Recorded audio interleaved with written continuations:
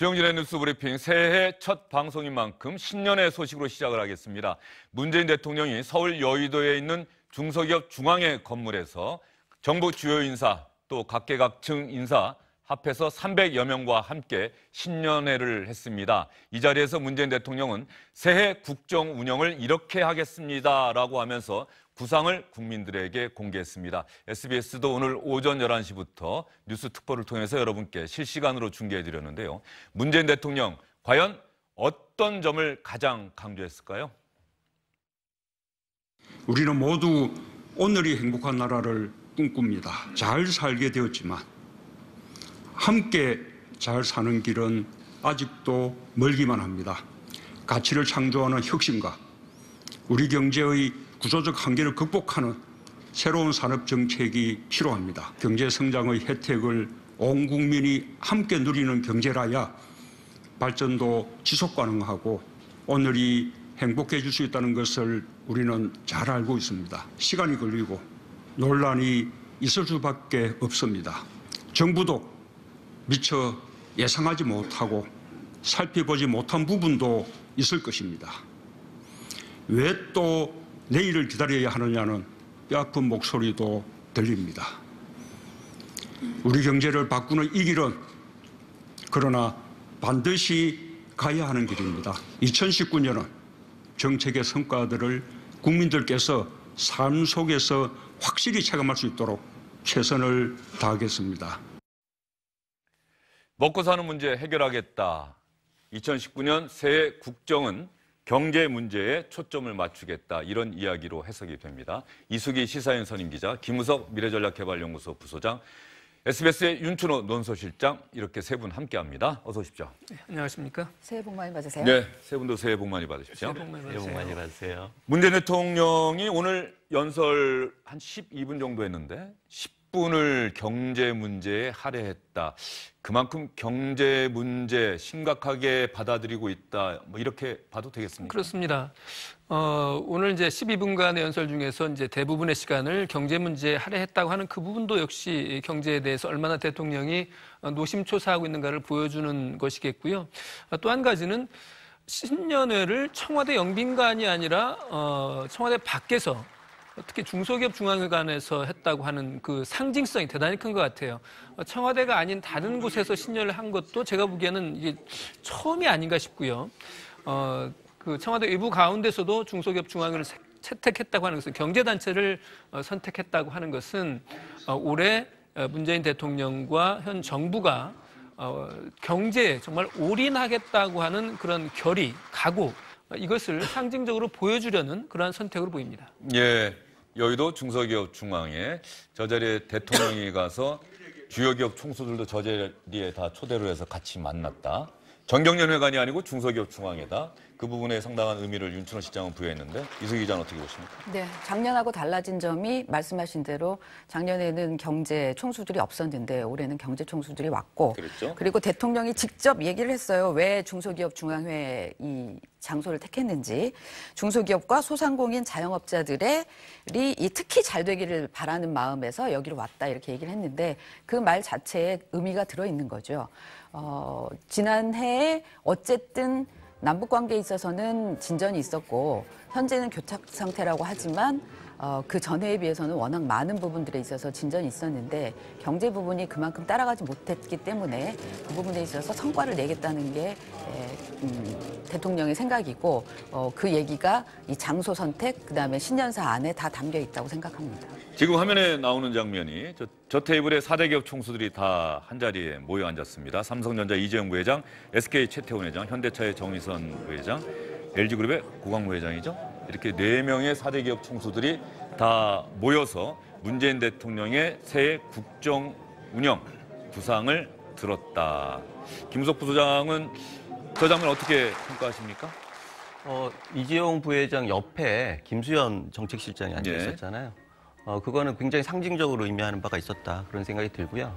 실질적으로 지금 삼성을 비롯해서 기업들에 대해서 여러 가지 지난 한 해 동안에 뭐 정부와의 불편한 관계 이런 부분들이 그 거론이 됐었는데 오늘 행사를 통해서 그런 것들을 좀 불식시키고자 하는 의도가 보였다 그런 생각이 들고 실질적으로 경제수장이나 다름없는 정책실장이 옆에 앉음으로써 결과적으로는 그런 분위기를 더욱더 구체적인 대통령의 뜻을 보여주는 그런 모습이라서 일단은 기대를 좀 크게 하는 그런 상황입니다. 문재인 대통령의 신년사 12분 정도 되는데 경제 문제 또 나머지 부분은 한반도 평화 이 부분인 것 같은데 세 분에게 문재인 대통령이 오늘 신년사 내용 중에 가장 두드러지게 귀에 와닿았던 부분이 어떤 건지 이 부분을 한번 좀 여쭤볼게요. 먼저 윤춘호 시장은 이제 뭐 가령 경제 문제든 한반도 평화든 좋습니다. 어떤 대목이 가장 와닿았습니까? 저는 함께 잘 살자라고 하는 함께 잘 사는 나라라고 하는 말에 굉장히 관심이 갔습니다. 우리나라가 지난해 수출이 6천억 달러예요. 그다음에 1인당 국민소득이 3만 달러인 그런 이제는 잘 사는 나라입니다. 선진국이라고 뭐 불러도 크게 부끄럽지 않을 정도로 경제적으로 잘 사는 나라인데 대통령의 방점은 함께 잘 사는 데 꽂혀 있는 것 같아요. 이렇게 나라 전체로는 이제 결코 못 산다고 할 수 없는 그런 국가인데 그만큼 화려한 높은 그런 수치들에 비교하면 아직도 우리 사회에서는 대단히 어둡고 힘들게 살아가고 있는 사람들이 많이 있다. 이런 사람들에게 부자인 나라가 함께 잘 살 수 있도록 노력하겠다. 이것이 이제 문재인 정부가 추구하는 경제정책의 핵심인 것 같고요.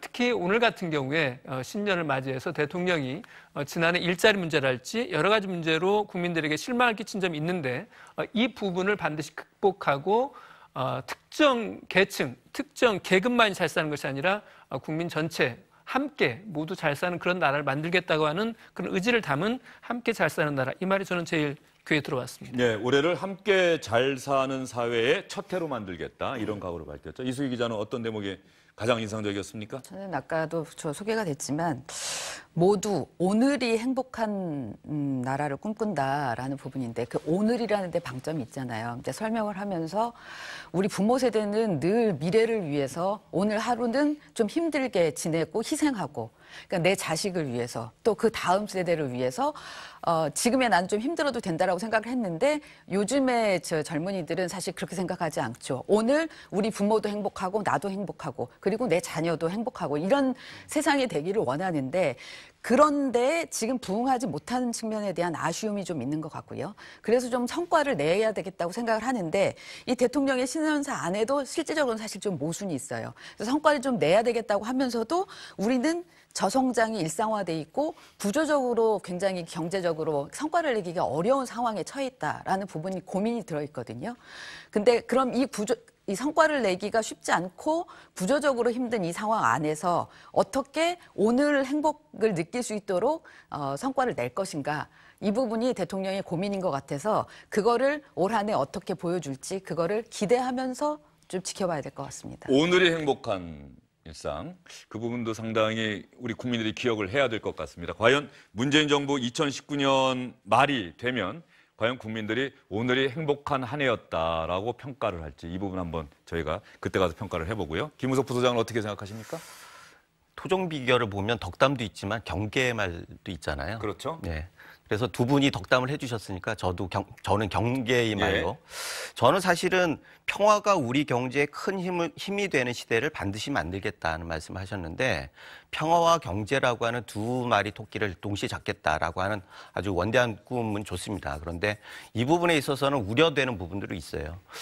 사실은 어제 김정은 위원장의 신년사가 굉장히 스포트라이트를 받지 않았습니까? 예. 거기에 대해서 우리 정부가 어떤 화답을 할 것인가 많은 국제적으로 그렇고 국내에서도 관심들이 많았는데 거기에 대한 화답이 아닌가라는 생각이 들어서 사실 그 구체적인 내용을 보면은 세 가지 경제 벨트 동서 휴전선 이렇게 해가지고 세 가지 벨트를 활성해가지고 동북아의 경제 공동체를 만들고 철도를 연결해서 그 중에서 실질적으로 허브가 되겠다라고 하는 굉장히 원대한 꿈이죠.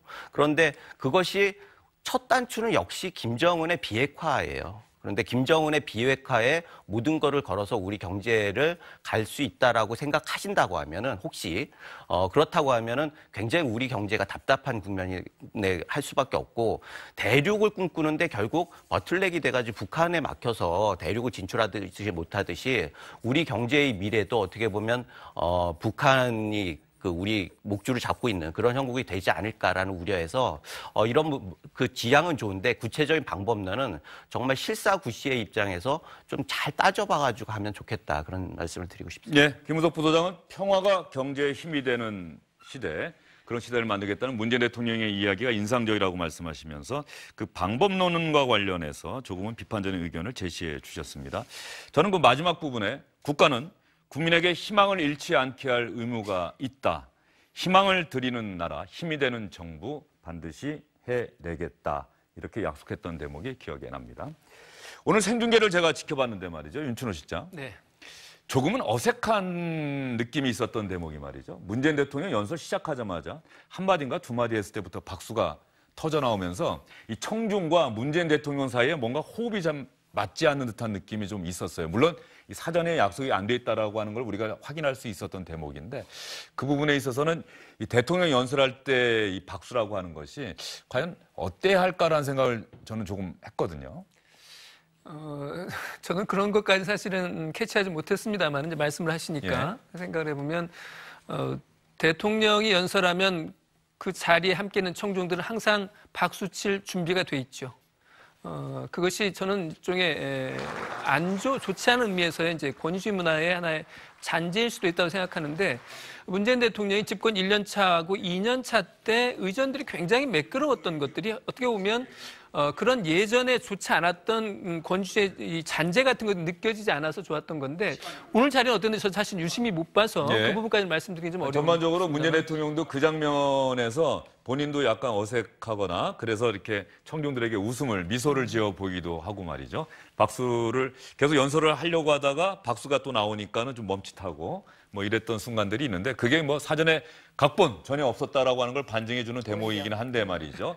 이 대통령이 연설할 때 박수 300여 명이 참석했다고 하는데 각 개개인들의 생각은 다를 수가 있죠. 나는 이 대목에서 박수를 치고 싶다. 그런데 시작하자마자 한두 문장 처음에 등장할 때 박수를 받으면서 입장을 했는데 말이죠.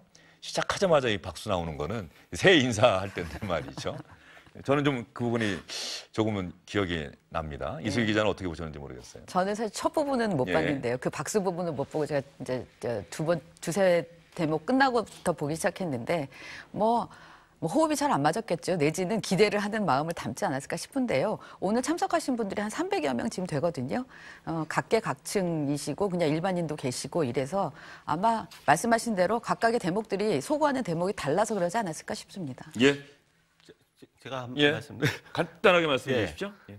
그런 게 있는 것 같아요. 역시 청와대 의전하는 사람들은 연설할 때 박수 몇 번인가가 굉장히 중요한 것 같습니다. 몇 번 박수를 받았고 전체 시간은 얼마를 받았고 그런 것들에 너무 집착하게 되면 말씀하신 대로 권위주의가 될 수도 있고 뭐 여러 가지 부작용이 생길 수 있는데 제가 보기에는 저 박수는 어떻게 보면은 뭐 외부 인사들은 눈치를 볼 거 아니에요. 결국은 청와대 참모들이 유도하지 않았을까라는 생각이 드는데 말씀하신 대로 그게 잘 짜여지지는 않았던 것 같아요. 그래서 앞으로는 박수의 횟수나 이런 것들을 언론에서도 좀 뭐 할 필요는 없겠다, 하지 않는 게 좋겠다라는 생각이 들고 실질적으로 표정을 봐도 상당히 좀 무거운 표정이었어요. 오늘 전체적인 경제 상황도 그렇고 미래에 대한 불확실성도 있고 그렇고 전체적으로 참여자들이 굉장히 무거운 얼굴이었는데 그런 것들에 좀 더 집중을 해가지고 희망을 어떻게 줄 수 있는가라고 하는 방향으로 하는 게 더 좋지 않을까라는 생각이 듭니다. 제가 이 부분을 말씀드린 거는 오늘 뭐 행사를 비판하려고 말씀드린 게 전혀 아니고요.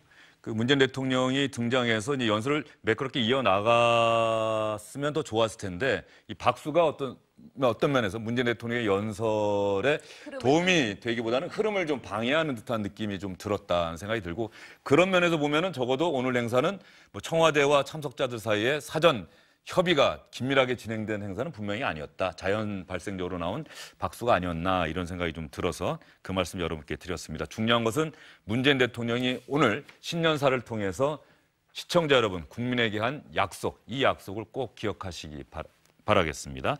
오늘 아침에 문재인 대통령은 국립현충원을 참배를 했죠. 현충원을 참배하면서 문재인 대통령이 과연 어떤 내용의 글을 방명록에 썼을까 이런 부분도 상당히 중요한데 말이죠. 오늘 아침 몇 시에 신년회 하기 전에 국립현충원을 참배한 거죠? 지금 저 시간이 지금 8시였습니다. 그래서 저 행사를 마치고 이제 여의도에 있는 중소기업 중앙기관으로 이동을 하는 그런 순서였는데요.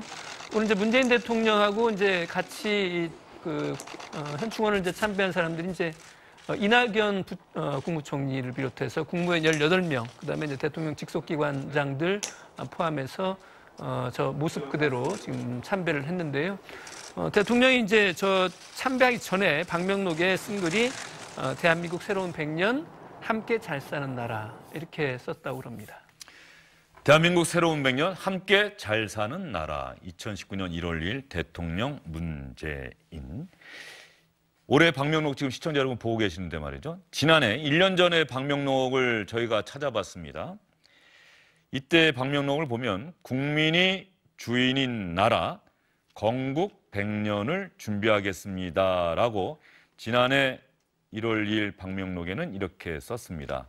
문재인 대통령이 강조했던 국민이 주인인 나라 건국 100년을 준비하겠습니다.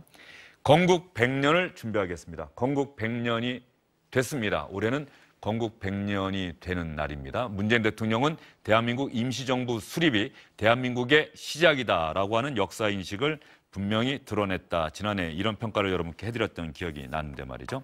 함께 잘 사는 나라, 대한민국 새로운 100년.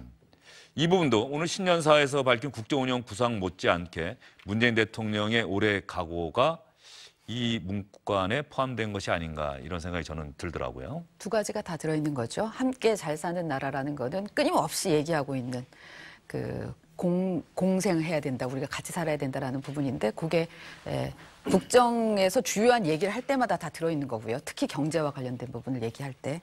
그리고 이 대한민국의 새로운 100년 얘기는 이 임시정부 수립 이후 100주년 됐다라는 부분은 작년부터 올해를 준비하는 키워드로 2019년을 준비하는 키워드로 굉장히 중요하게 다뤄졌었습니다. 그래서 올해 지금 3월 1일을 기해서 주요한 행사들이 많이 기획되고 있고요.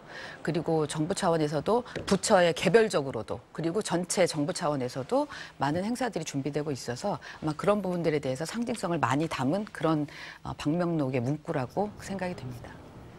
어제 SBS를 비롯한 지상파 메인 뉴스 이거 보신 분들은 짐작하셨겠습니다만 다들 중국 상하이의 임시정부 청사 예터죠. 그 자리에서 현지 생방송을 통해서 대한민국 임시정부 수립 100년 이 부분에 상당한 의미를 부여를 했습니다.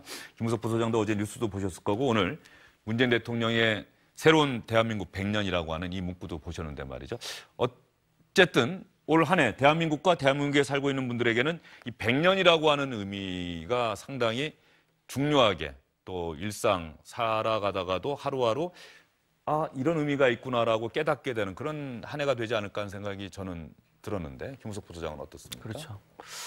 아까 오늘 잘 사는이라고 하는 지금이라고 하는 것과 100년이라고 하는 게 어떻게 보면 굉장히 괴리가 있어 보이지만 실질적으로 정권을 잡고 국정을 운용하는 입장에서는 지금도 중요하지만 100년 대계도 굉장히 중요합니다. 실제적으로 그것을 하기 위해서 많은 준비를 해야 하는데 사실 그런 부분들이 잘 이루어지고 있느냐는 좀 별개로 하고 작년엔 건국 100년이라고 해가지고 여러 가지 얘기들이 많이 있었어요. 사실은 임시정부 100년이라고 하는 건 맞는데 이것이 대한민국의 100년이 맞느냐라고 하는 논란이 있었는데 그런 것들이 실질적으로 굉장히 소모적인 논쟁이 되는 경우가 많이 있었습니다. 그래서 일단 100년이라고 하는 의미를 살리되 건국 논쟁에 대해서 다시 빠져드는 그런 일이 벌어지지 않았으면 좋겠다는 생각이 들고 그런 면에서 새로이 100년이라고 하는 것들은 그 말 그대로 100년지 대계를 만들겠다라고 하는 뜻으로 받아들이고 싶고요.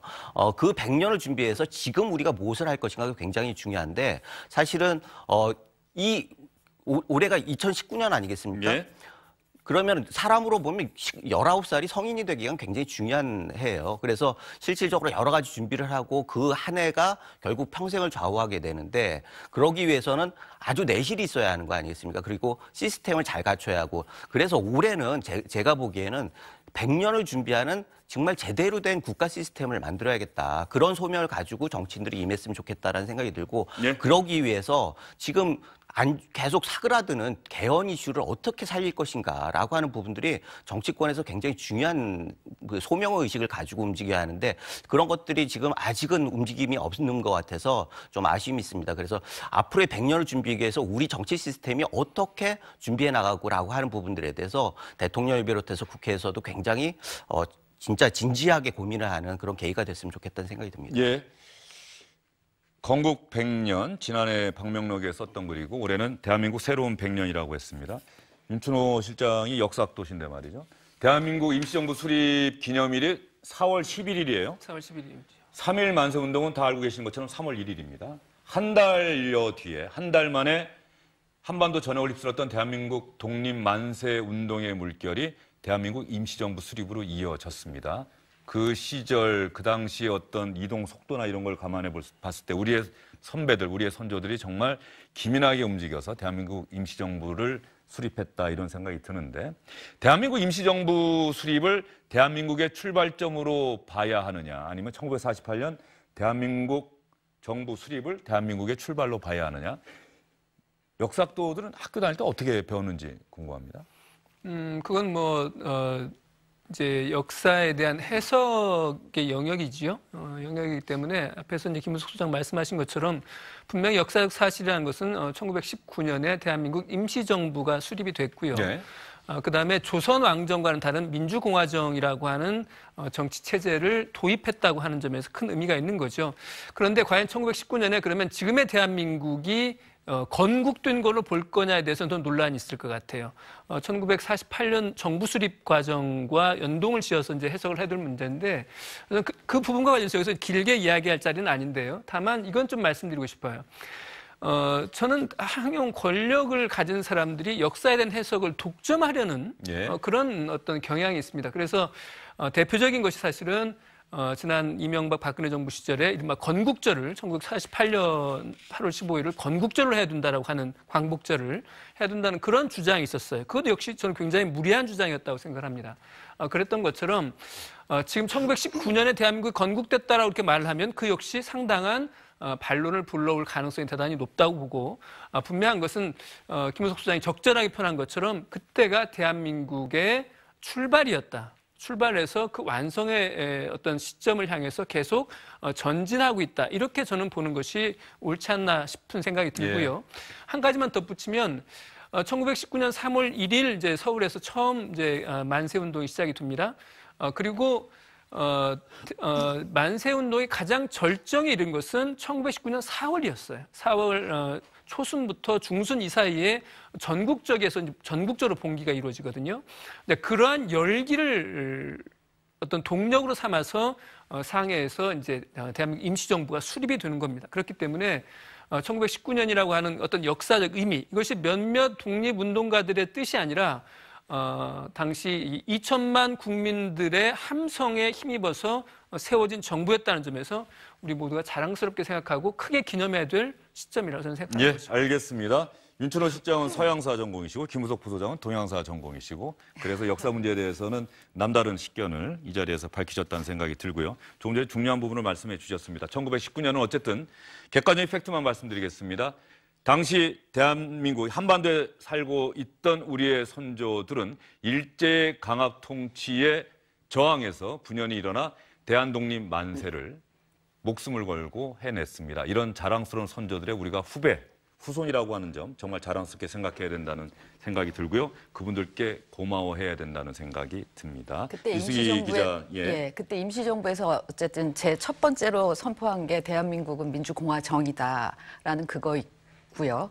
그리고 어쨌든 현재 헌법이 그런 대한민국 임시정부의 그 정신을 계승한다라는 부분이 우리 헌법에 그대로 들어있는 거고요. 전문에 예, 들어있죠. 그래서 그런 팩트들만 우리가 정확하게 인식한다면 그 나머지 부분에 대해서는 오히려 다 넘어갈 수 있는 부분 아닌가라는 생각이 듭니다. 예, 세 분 말씀 들어보니까는 황국의 신민에서 민주공화국의 국민 이렇게 이 대한민국에 살고 계시는 분들의 한반도에 살고 계시는 분들의 이 헌법적 성격 이게 달라진 또 하나의 중요한 계기가 됐다. 이렇게 1919년을 평가해도 될 것 같습니다. 다시 저희가 전해드리려던 소식으로 돌아오겠습니다. 문재인 대통령 새해 첫날인 어제 어떻게 보냈는지 이미 뉴스통에서 다 보셨겠습니다만 문재인 대통령과 의인들 어제 서울 남산에 올라서 2019년 첫 해를 맞이하는 것으로 2019년을 시작했습니다.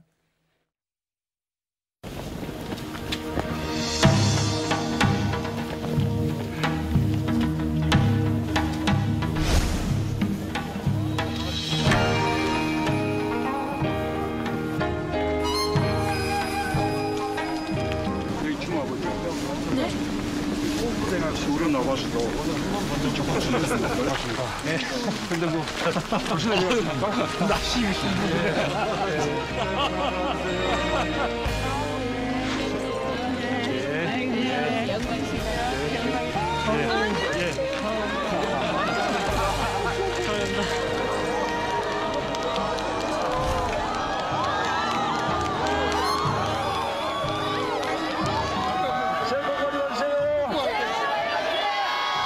건강하시고요.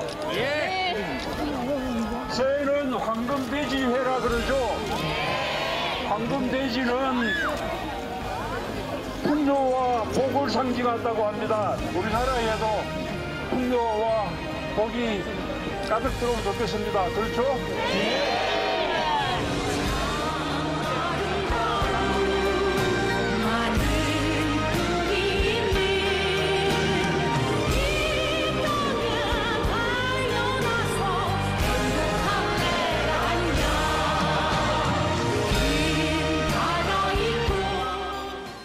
주영진의 뉴스브리핑 편집 PD들 또 작가들이 저 마지막에 나온 노래가 신문희 씨의 아름다운 나라라고 하는 노래인데 정말 어제 이 해맞이 그 장면과 참 잘 어울리는 참 아름다운 나라 이런 땅에 태어난 우리가 행복한 사람들 아니냐 이런 가사인데 말이죠. 어제 남산에 오르셨던 분들, 이 대통령과 동행하신 분들, 그 의인분들은 당연하고 말이죠. 남산에 오르셨던 분들은 새해 첫날부터 큰 선물을 받은 듯한 기분이었겠어요. 보니까 정말들 좋아하시네요. 문재인 대통령은 역시 저런 어떻게 보면 크게 사전에 조율되지 않은 그런 행사에 자연스럽게 녹아들 때 의전이나 격식에 구애받지 않는 그런 맞습니다. 장소. 예, 그런 장소 갔을 때 어떤 제일 인간적인 매력이 좀 돋보여요. 저기서 보면 사람들과 악수하고 가볍게 포옹하고 하는 것들이 참 자연스럽잖아요. 이게 뭐 특혜적으로라고 하는 얘기가 아니라 실제로 좀 그런 모습을 보여서 저럴 때가 또 대통령도 행복해 보인다고 그럴까요? 이런 생각이 들고 저는 또 한 가지는 어제 이제 대통령하고 산행을 한 사람들이 6명의 의인들이라고 그러잖아요. 저걸 보면서 문재인 대통령과 그 대통령이 이끄는 청와대 이 참모들 사이에서는 정의, 올바름 이런 것들에 대한 어떤 강박 같은 게 있지 않나는 생각이 좀 들었어요. 저럴 때 오히려 그냥 뭐 소상공인, 경제 어렵다 그러면 소상공인이나 아니면 뭐 좀 더 편안한 사람들일 수 있을 텐데 의로운 일을 한 사람들을 전국적으로 수배를 해서 그 사람들을